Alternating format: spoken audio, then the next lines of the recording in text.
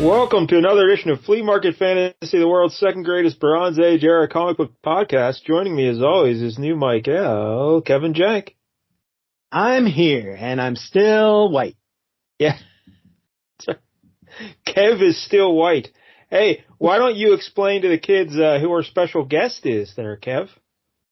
Oh, our special guest, he may also be white, but he's the foremost expert on black culture in this podcast, I'm pretty sure. My cousin, Pete Jank. Yo. I can't say rock on tour because you've cornered that word market, so I'll just call him a Poppin' J. Poppin' J. Pete Jank. Welcome back to the show, Pete. They call me Master P where I'm from. Oh, there you go. And, of course, when Pete's here, I have to call Jank Kev. So let's just keep that in mind as we go through the show. But, Pete, I hear tell that Kev gave you the honor of picking tonight's issue. Why don't you tell the people what we'll be reading?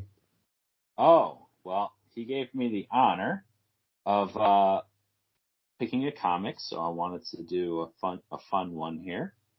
This is he's stalling to look for the comic. It's Lois Lane, issue 106. Yes, Superman's girlfriend. Yes, Superman's girlfriend, Lois Lane. That's a very wordy title. I think I'll just call it Lois Lane in the YouTube description. But this is from 1970, a tumultuous time in our society. You know? That's right. So you needed Lois Lane to tackle society's ills. Oh boy, and did she. Is there any reason why you picked this issue, Pete? I was trying to find legit, just strange comic issues. You did it. Congratulations. And this one came up, and I was like, I bet they didn't. I don't think they've covered this one yet. No, we had not. Nope. This is a weird one. Why is this issue weird, Pete? What happens in this issue of Lois Lane? Oh, it just takes you down. I almost said memory lane, but no, it takes you down maybe a curiosity lane, a lane of curiosity. We'll call it an avenue of curiosity, in which the cover. Oh boy, the cover alone. It's great. You see that and you know you're in for something special. The cover is like multiple panels just in itself. Yep. Yeah, it tells the whole story pretty much on the cover. You don't even need the book. It's true. But what is the gimmick? Oh yeah, sorry. That was I should have continued. Lois Lane, obviously being a very popular character, has decided to go black. Well, yes. And go back. And then go back, yeah. In 24 hours. She wants to experience life as a black woman for one day. That was more wordy than what I said. This is all right. Well, before we get into all that, though, let's remind everybody, if you're watching on YouTube, please like and subscribe. We're up to 195 subscribers. We picked up 3 more. I think 3 more Jank cousins subscribe to the channel.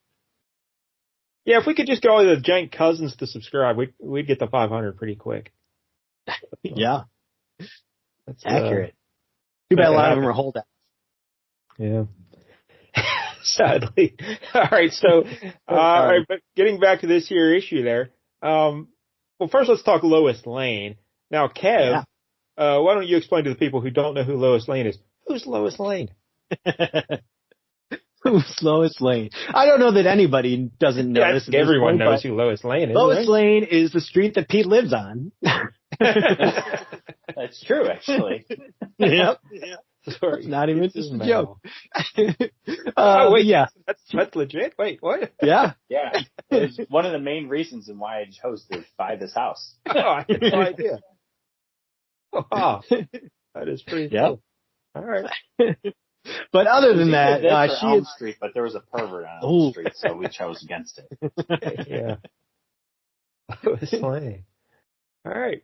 Fair enough. Yeah. But she's literally Superman's girlfriend now. Like, it says it right in the title, right? Yeah. I mean, that's apparently at this point she was dating Superman, not Clark. She would not tell her his identity. Oh, really? I didn't realize that. Yeah. Yep.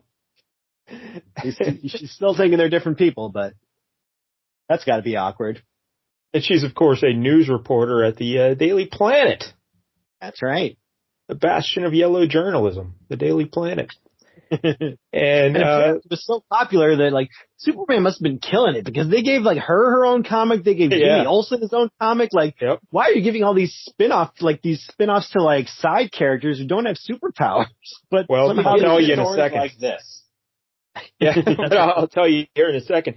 So Lois Lane, her first appearance, Action Comics 1, 1938, of course, created by Jerry Siegel and Joe Shuster. And this here series ran from 1958 to 1974, 137 issues, 2 annuals. And get a load of this. In 1962, it was the 3rd best-selling comic book in the United States, trailing only Superman and Superboy. So yeah, those are the top 3. Bang, bang, bang, Lois Lane. What do you think happens in those annuals? Like, she fights Darkseid? You got off the ante. But the series focused on Lois's solo adventures, and the stories often centered on Lois's romantic interest in Superman and her attempts to get him to marry her. Oh, yeah. There's some of that in here. Opera. Yes. It gets very awkward at the end of this issue. Yeah. Superman's main ability apparently is dodging questions. and apparent accusations of racism as well. He kind of sidesteps that like a speeding bullet as well. That one. All right. So that's the series we're dealing with here. But obviously, now Pete, you're familiar with this whole concept, right? I'm sure you're a scholarly individual. You're a man of letters and books and whatnot. You've probably heard of this whole concept of someone going undercover as an African American, right? And then writing a book about it. As an African American? Well, yeah. I'm not. No. Oh, okay. I thought. Kev, you're familiar with this, right? Oh, sure. They used to do it all the time, and I think all those people are now canceled. No, this is a big deal. 1961, there was a book by a fellow named John Howard Griffin. He was a journalist, and he well, how should I put this? He darkened his skin artificially, and then he traveled into the Deep South and reported on what it was like to live as a black man in the Deep South. Never heard of this? Oh, yeah, I definitely have heard of that. Yeah, all right. Yeah, Black Like Me. Yeah, very famous. There was a Boy Meets World episode called Chick Like Me, where Sean went undercover as a woman. There's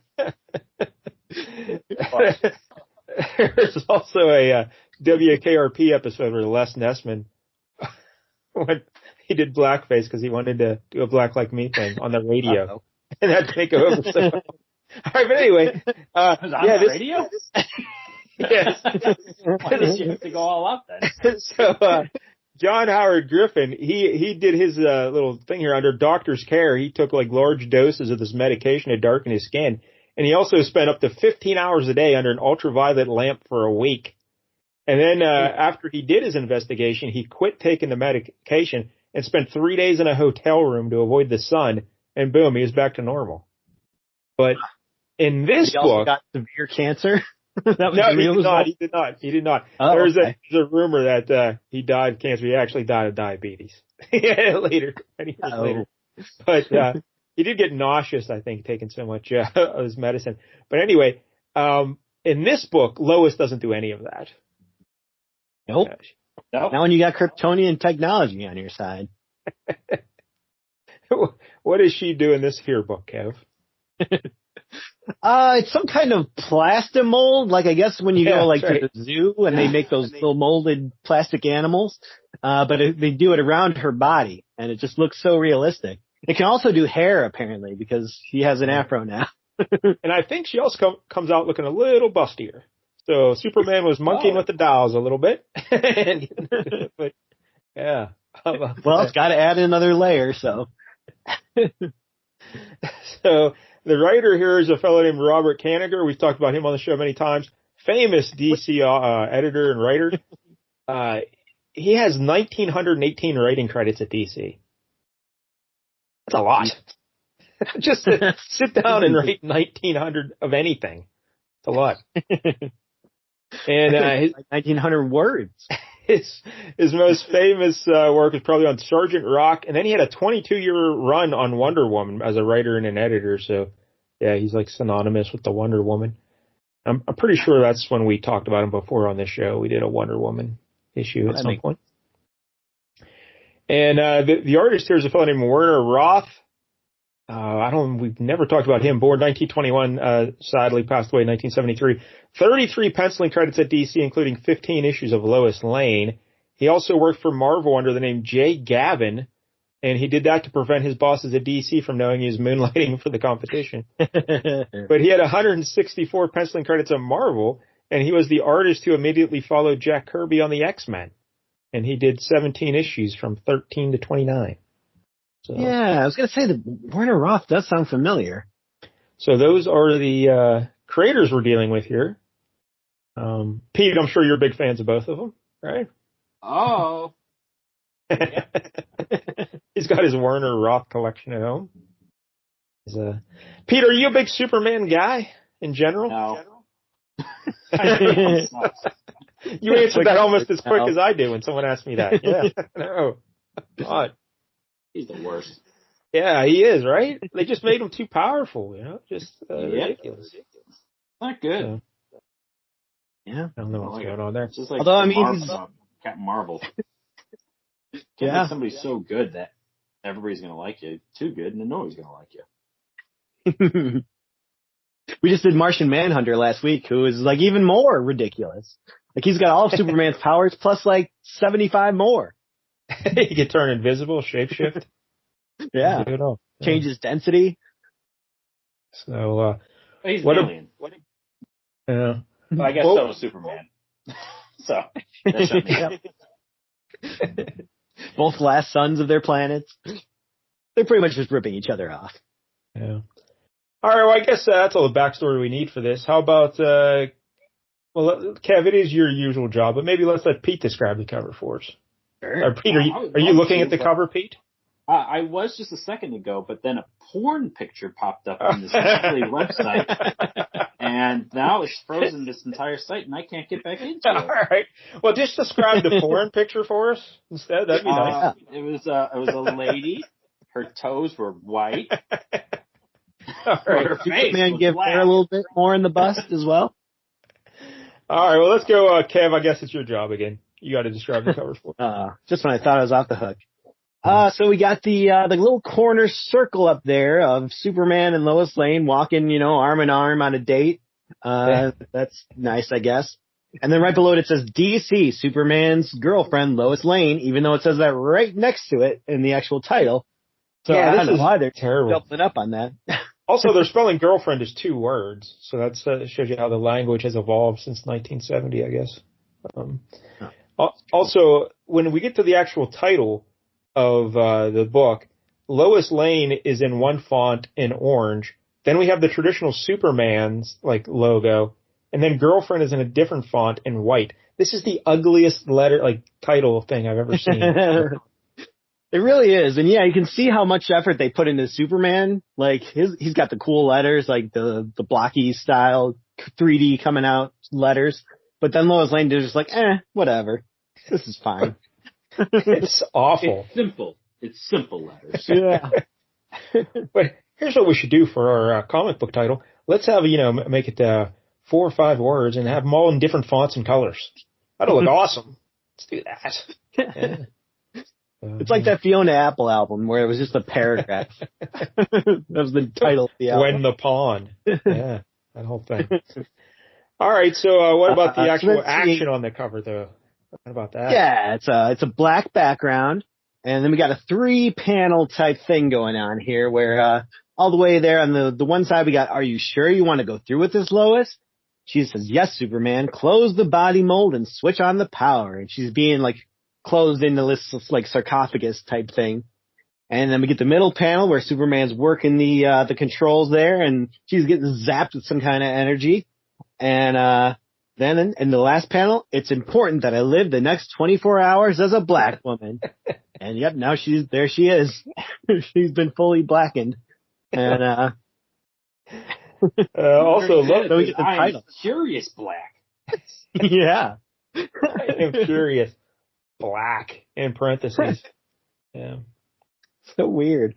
And then, at the bottom there, plus another explosive adventure of Rose and the Thorn. Yeah. I didn't read that, so. Oh, I did read that. We'll talk about that. I did too, yeah. Ann Nocenti might want to, she might be in trouble. She may have stolen some things for Typhoid Mary from the Yeah, I didn't even think of that, yeah. But also of this cover, what do you think about Lois's outfit there, Pete, on the cover? The fishnet stockings? I know it changes. Let me tell you that, because she goes into something a little bit more fruity after this. But yeah, it's definitely interesting. I like her hair. She's got a great hairstyle when she comes out. Beforehand, it was okay, but the fro is that's all the rage back then. But she's wearing this little orange dress, very short skirt, and fishnet stockings. She's got the orin around her neck. The orin. Yeah, I don't know what that means. Oh, that's from the Neverending Story. Oh, okay. I'll take your word for it. The orin. All right, we open it up, and right away we get a big ad for a bunch of things you could get in comic books back in the day. These ads are awesome. And the first one I see is rubber masks, and there's one for a monkey, $2.85.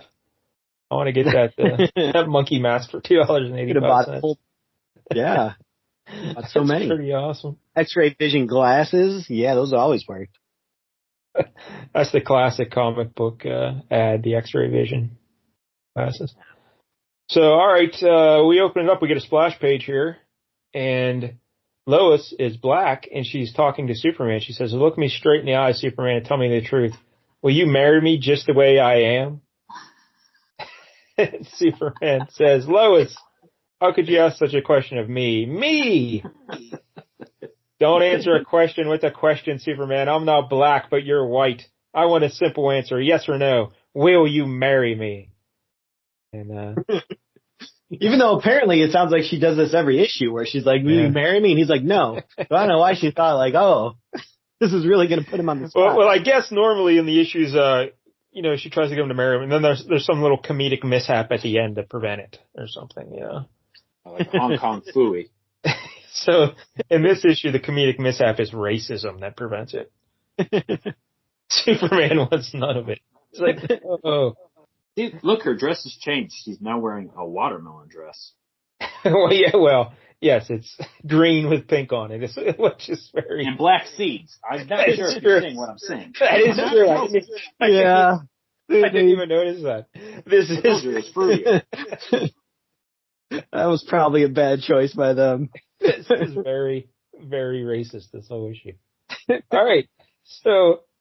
Hey, speaking of racism, did you know Metropolis has a Little Africa section? Because apparently it does. Yeah.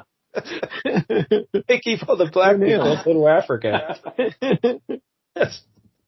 She's crazy. But on the next page at the Daily Planet, Lois says, I've the assignment of my life. You caught in there. I have the assignment to get. Why use lot words when few words work better?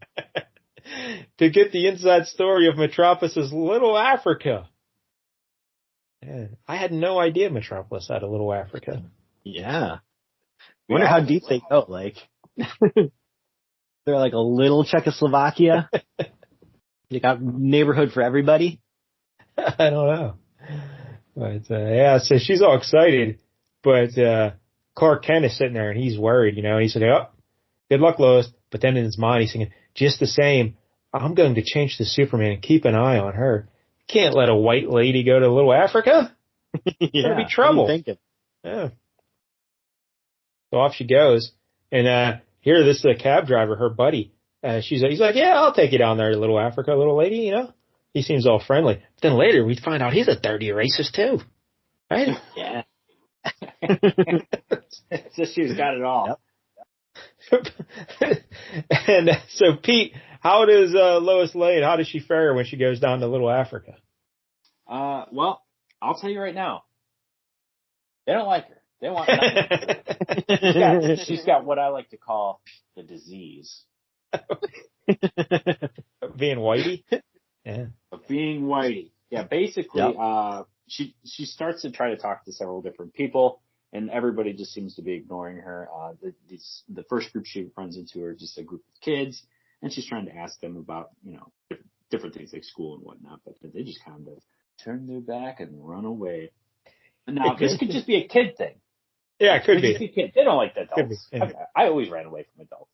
Like, hey, boy, do you want some candy? And I said, and I would take it, and then I'd run. Then I'd get in their van. Yep. Yeah. They might drive you to more candy. That's right. Candyland. Which I found out was on Elm Street. There's a lot of wrong things. But then she starts knocking on doors, just bugging people in their homes. And which would also I feel like she is in the wrong altogether. I think the issue is saying one thing, but it's like, all right, adult talking to kids are going to run. That's just going to happen. This lady's knocking on doors, random doors. These people don't know who this chick is. Slamming the doors. It's like, okay, well, it's not because you're white. It's you're weird. What are you doing? Yeah, if somebody knocks on my door in my apartment building, I'm like, what the fuck is going on? Yeah, I never answer the door. Off-put.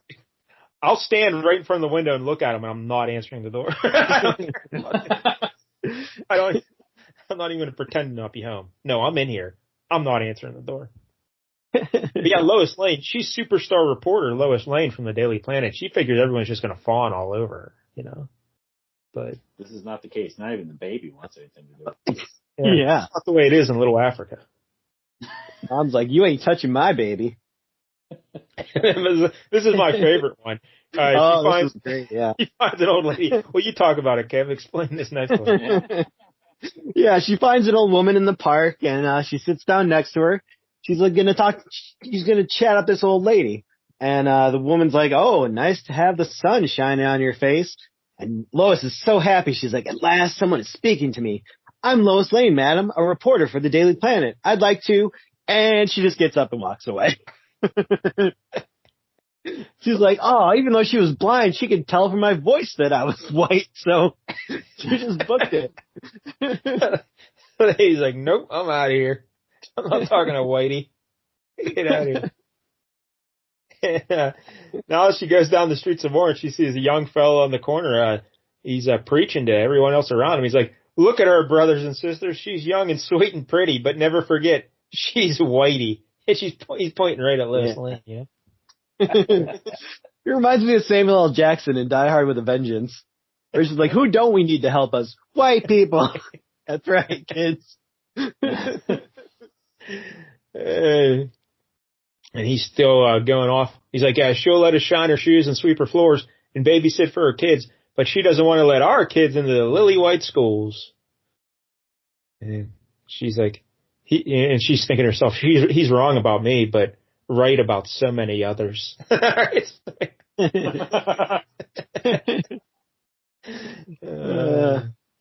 Lois.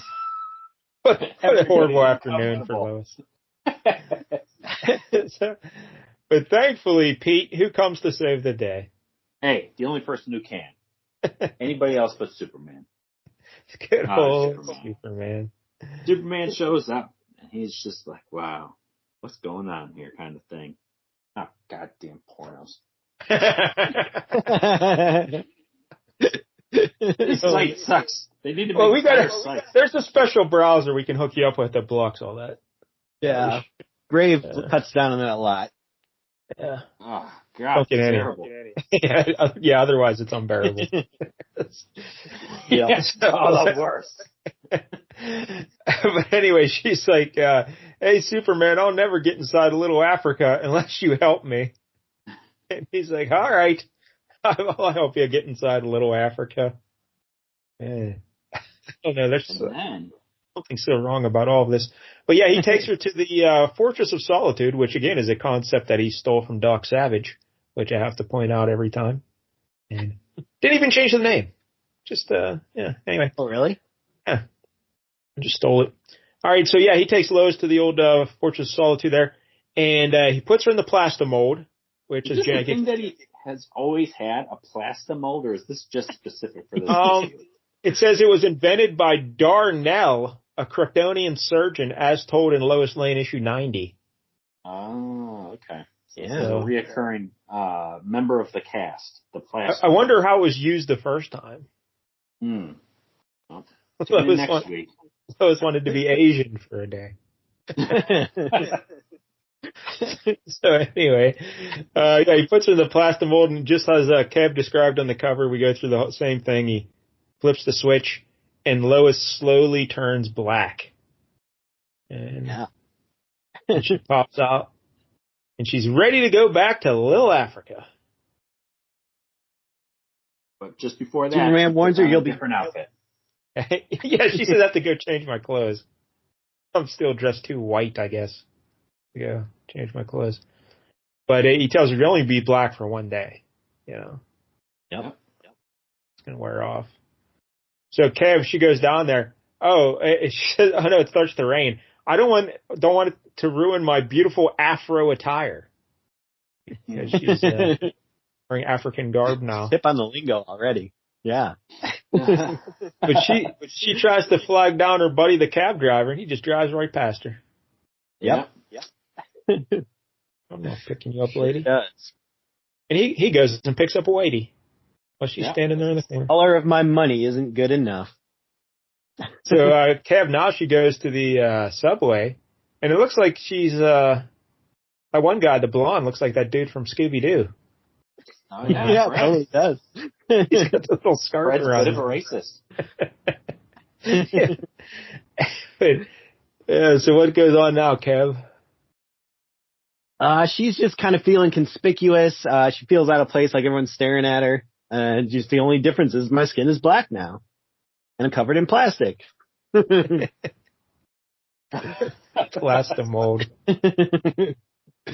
So then she gets out of the subway and she decides to go back to the apartment building, I think, and she sees smoke. There's smoke coming from the back of the stairs. And there was like a fire that was about to start, but she kind of puts it out from like a pile of trash. And some woman comes along and she was like, "Oh yeah, this place is a fire trap." So like, good thing you were here. She's the real Superman. But she invites Lois into her apartment, and it's a rundown, beat up apartment, cracked plaster and everything. And she's going to give her some coffee. And did she say something about her son's pants? What did she say here? Oh yeah. Hope you're not a bill collector. Money's tighter around here than my son Lonnie's blue jeans, and they're tighter than his skin. Fucking Lonnie. And some plaster falls off into Lois's coffee. And then we hear the baby yelling from the other room, "Mama, Mama." And the lady says, "Uh-oh, looks like our visitor's back." And she runs in and she's chasing away a rat with a broom. Yep. And then Lois gets pretty sad because she's kind of understanding and seeing the conditions that they're living in. Rats, fire traps, Bonnie, and his blue jeans. Because the lady says, "I haven't asked who you are or what you're here for. Can I help you, sister?" And that's when Lois starts tearing up. She lives in misery, yet asks if she can help me. She still sounds white, so she can't talk. So she's just going through as some kind of cute, I guess, to all these people. So now she goes back out in the streets, and she sees another guy preaching, and now he's preaching to the kids. He's got a bunch of little kids around him. He says, "Black is beautiful. What am I? Say it loud and proud. Black. What is black? Beautiful." So he's teaching all these kids to have pride. And then that kid that she was getting called Whitey by before, who said she's all sweet and pretty, he comes up behind her and taps her on the shoulder, says, "Hey there, sister. Can I talk to you?" Or whatever, And then what happens though, Kev? They see some toughs going into the alley over there. Those kids, dropouts, they should be in school. I've got an idea who they're going to meet in that alley. So, And it turns out it's drug dealers. Old-timey drug dealers wearing like fancy bowler hats and, pinstripe suits. Like a traveling cast of guys and dolls. are working out in Little Africa. But yeah, he goes just running in there and he's like, "Hey, get out of here, you hoodlums!" And but they just pull their guns out and shoot the kid. Yeah. I don't know how this guy survived this long. Like, I get the feeling he does this all the time. Lois gave him the confidence.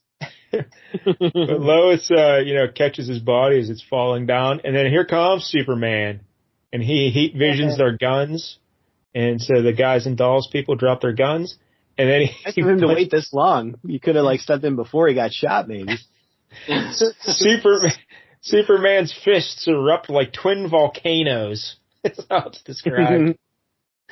He just punches them both, knocks them out.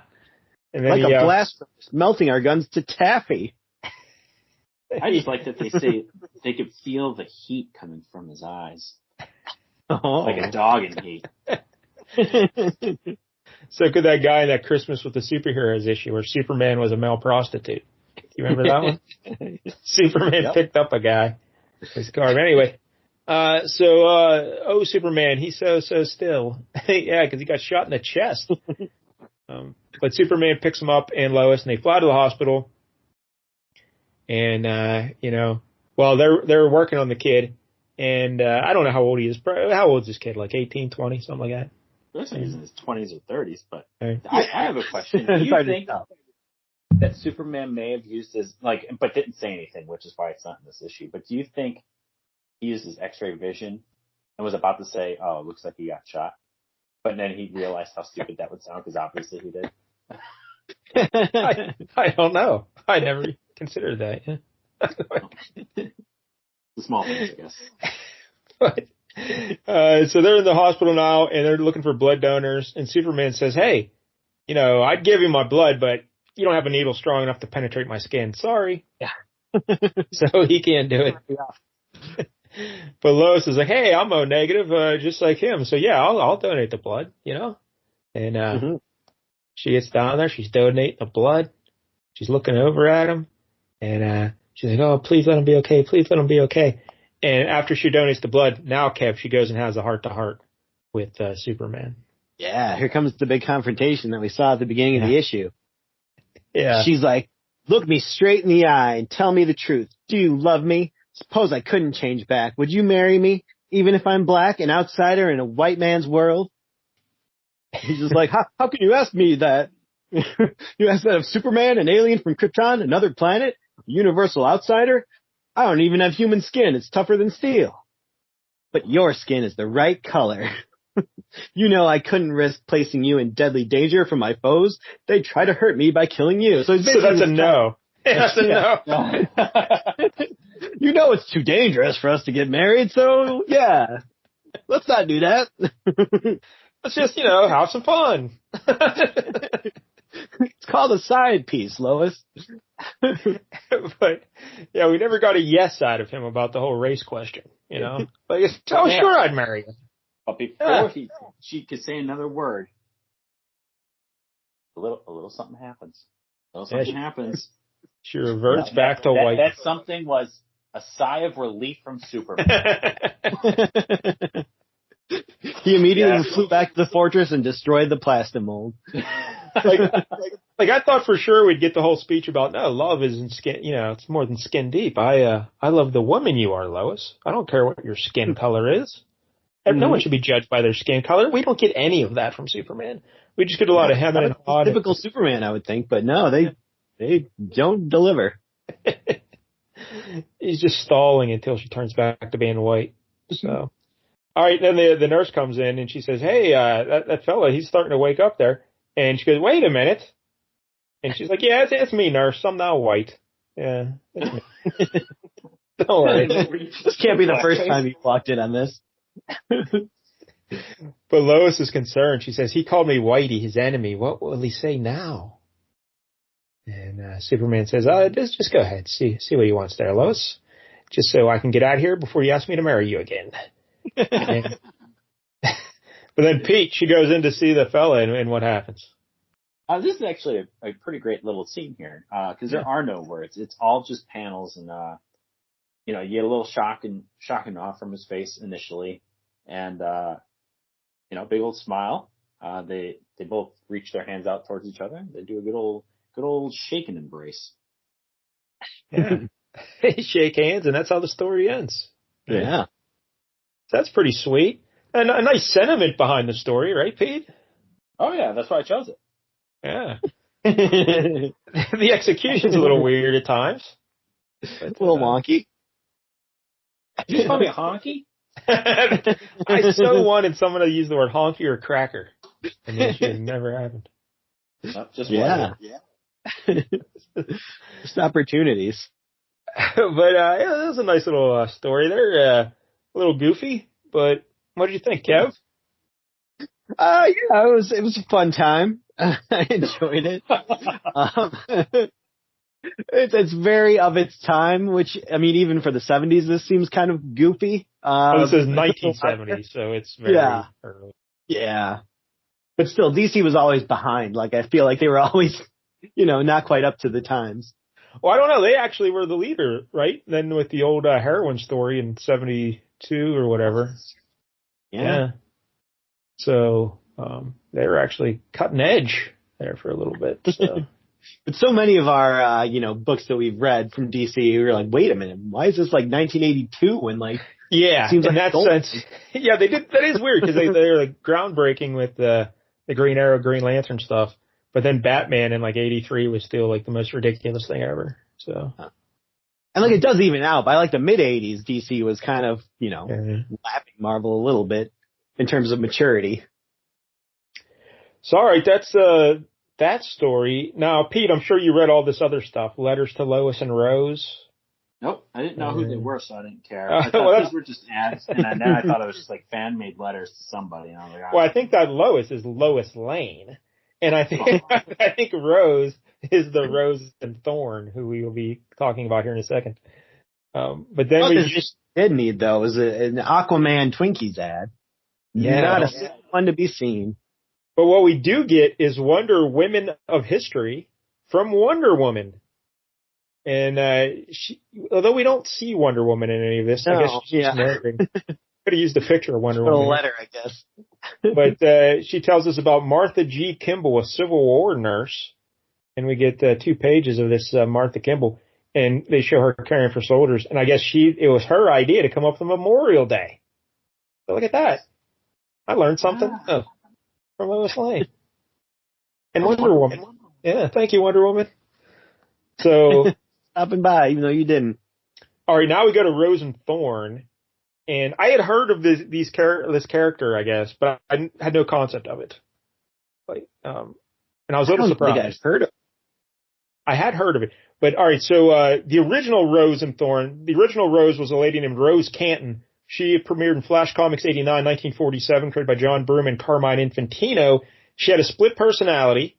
So Rose was the normal lady, and then Thorn was her villainous personality, and she had the ability to control plants, like poison ivy.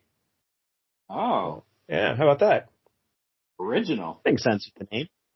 But after she was cured of the Thorn persona, Rose married Alan Scott. Oh. Green Lantern. Pete likes Green Lantern.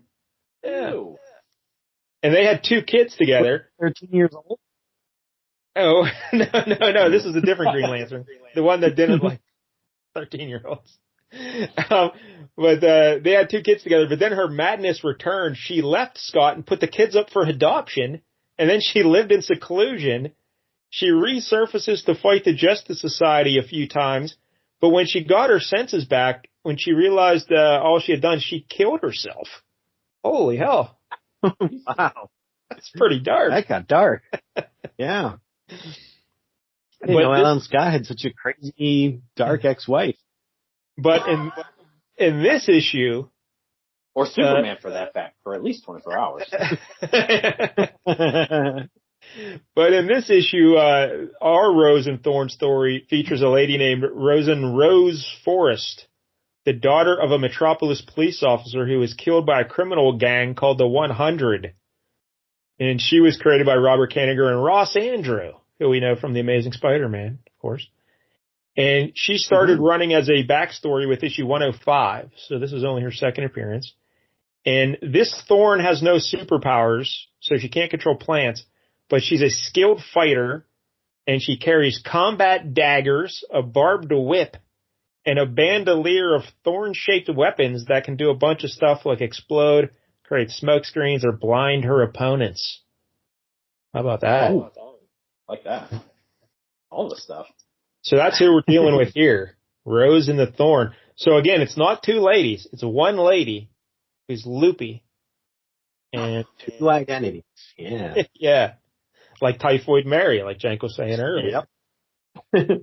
The regular one's kind of just buttoned down and very timid, and then she's got her crazy nighttime alter ego, dresses scantily and, goes out and kicks ass. Yeah, and like Rose is a little blonde, a little pixie haircut, and then Thorn is a long-haired brunette. She puts on a wig. Yeah. Do you think Rose gets tired? Like, does she wonder why she's so tired all the time? Because when she goes to sleep, this Thorn goes out and goes throughout the city. Yeah. Yeah, I don't know how she ever rests. I feel like I never slept. Yeah. So. All right. So, Kev, would you like to? This is a pretty quick little story. I don't know. Is there anything you'd like to discuss about this? So she goes to see a gold coffin. That it says, this coffin is donated by the 100 for the Thorn. So it's a message from this group that killed her father that, hey, we want we're going to kill you. This is going to be your coffin. Yeah, but again, they don't know the Thorn, the guy that died was her father. Like, that's Rose's, so Thorn, it's all very confusing. Yeah, but she's the one going after them because of that. So, yeah. Yeah, they want to stop her. So she gets attacked by like two hitmen. She kind of throws them into the coffin and then chokes them out. And she's like, "What am I doing? Why do I feel like a hurricane is exploding in my brain?" And she kind of goes back to being Rose in the morning, and I guess that's it for now. Yeah, she's got a little dog. You want to learn that dog's name now because it doesn't last long. Yeah. Not so much. Does not work out for the dog. So there's like another guy who works at, does she work at a funeral home or where does she work exactly? Or a flower store or what? She works at a flower store, I think. And the guy works there. Does she? I feel like it seems like she knows that guy. Like, is that her boss or no? Here's the work at date with Mr. Adams. Look around while, yeah, maybe. No, she's looking around. She must be a customer. So that her dead dad's former partner is sweet on Rose. And they were going to go on a date because, I already got a date with this other fella. It's Mr. Adams guy. So this Adams guy runs a flower store, I think. Or no, I don't know. It's all very confusing. Yeah, he's taking her there, I don't know, maybe to get her flowers or something. But the guy who runs that flower store's name is Mr. Orchid. So that comes in handy, He reminds me of Louis the Lilac from the 66 Batman show. You remember that guy? I think I do remember that guy, yeah. Yeah. But this Mr. Orchid guy... His daughter's Tulip. Daisy. And yeah. So he's part of that gang of 100, and they want to get the Thorn. So now he's hiring this Adams fella who's going out on a date with Rose to kill the Thorn as well, I guess. Yeah. It's all very confusing. Who cares? You're never going to hear about these characters again in your life. Who cares? Anyway, he sent some flowers over to Rose's house, and he sprays them with poison, Yeah. He's like, this is win-win. Either I'll get the detective guy when he touches the flowers, or his girlfriend here will touch the flowers, and then he'll come back to me and, walk right into a trap. So either way, I come out Roses on this one. But sadly, dogs love to chew roses. And this dog grabbed a rose in his mouth, and this dog is dead within seconds. So... That's the way you endear yourself to readers. Kill a dog. Damn dog's dead. That's why they couldn't have their own. It was a different time. Their own issue. Yeah, but this poor Rose, she just had her father killed, and now her dog's dead too. In a span of a week. Yep. Just awful. So she goes to bed. And no wonder she's got a weird alter ego at nighttime. I like how the boyfriend, the cop, he's got the flowers in a box under one arm, and then he's got the dead dog wrapped in a blanket in the other. And he's carrying them both out. He's like, all right, I'll take care of your dead dog. Don't worry about it. So she goes to bed, and she starts sweating, and like she's getting all, freaked out, having nightmares. But here she turns into that Thorn lady. She goes, puts on her go-go boots and her skimpy little outfit and her wig, and now she goes out on the town as Thorn, and she tracks down those guys who put the poison in the flowers and whatnot, and she beats the hell out of them and saves her cop boyfriend, and that's the end. So there you go. Yes. You summarized it all pretty damn well. But don't fret, because they'll be back in the January issue. Turn into Rose or Thorn for that. Yeah. But Pete, are you sad you didn't read that? No. Okay. I like the concept though. I think the concept's cool. But but I like the concept too, but it's just weird. But when I read it, when I initially started reading it, I thought she's Rose, and then whenever she knowingly turns into Thorn. But no, it seems like she has no idea she's Thorn. Not at all, no. Weird. Yeah, I think they even mentioned that at one point, like unbeknownst to her. Yeah. So that seems very hard to keep that going. It just seems like, why not just let her be Rose and Thorn? Like, all right, yeah. I do also like that they repeatedly use the for the Thorn. Like, she's not just Rose and Thorn, it's Rose and the Thorn. The Thorn, yeah. She's not a Thorn. She's the Thorn. Oh. Then we get another. The Rose. Well, that Rose is a dime a dozen, but there's only one Thorn. So now we get another little section here, Women of Distinction, where, again, we learn about a lot of other famous ladies throughout history. And Maxwell Converse, a tribal chief, the first white woman to be so honored. How about that? She take that from Roman Reigns? Yeah, we acknowledge the tribal chief here on this show. Blanche Stewart Scott flew an airplane across a field in Fort Wayne, Indiana, becoming the first woman ever to make a solo flight. How about that? I didn't know that. I do that, but I don't want to. Yeah. Susanna Slade. If you read this section in the comic, you get a little ad that says Anna, 18 plus. The first 18 plus porn star. But this 27-year-old Susanna Salter won the 1877 majority election by 2/3 majority vote to become the first woman mayor in America. How about that? Wow. 27 years old. Her term of office is for 1 year at a salary of $1. If you were a man, you would have got $2.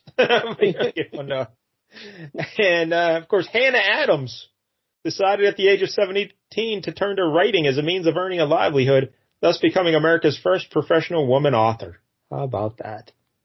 Oh. What did she write? Mike Dell, you should know these things. I know, I've never heard of her before. Yeah, I never heard of her. Sorry. But letters. I am a man of letters. Then we get an ad for Snoopy Strikes Again. That looks pretty cool. You can get a little airplane with Snoopy on it. But all right, so there it is. That's the book. Pete, how do you feel about the whole experience of Lois Lane, the Superman's girlfriend comic book? Honestly, it was better than what I thought.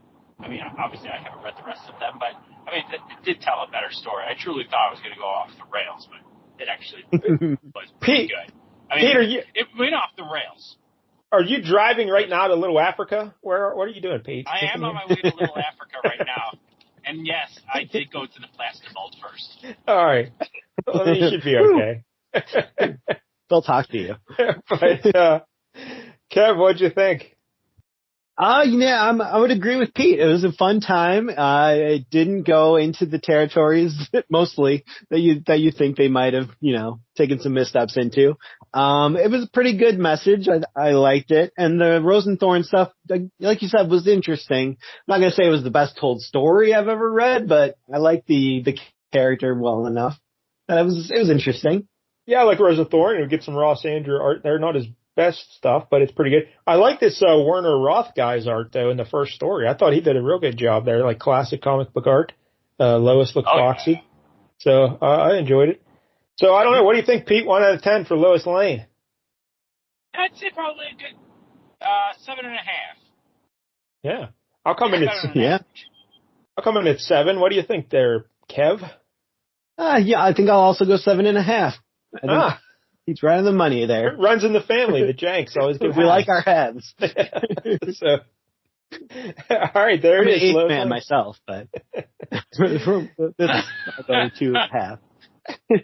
All right, so next week here on the big show, I'm always struggling coming up with books. But here's another DC character that I like. We've never done an actual story of him on the show. We did a little brief backup story with him, but this is a full issue from 1985, Dead Man, issue 1. Ooh, number 1. Pete, right. You're familiar with Dead Man? Yeah, I like me some Dead Man. Dead Man's pretty cool. All right, well, open invitation. You ever want to come back? Yeah, oh, absolutely. And it features art by Jose Luis Garcia Lopez, and he's very good. We've had him. No, he is legit. Like, we've had him on the show a few times. Remember, he did that Atari Force, the cover for Atari Force? Oh, yeah, Atari Force. I don't remember how the cover looked anymore. Oh, it was a great cover. It's a great cover. So, I remember her, like, there was a lady who made out with her stepbrother. Yeah, her brother, yeah. Anyway. Atari Force is pretty great. So, Pete probably saw an ad for it on that website he was on before he got That's here. right. So. All right. Well, thank you, Pete. Appreciate it, buddy. Oh, thank you for having me on. Thank you for letting me choose. I hope I get. Yes. And I'll make it spicy.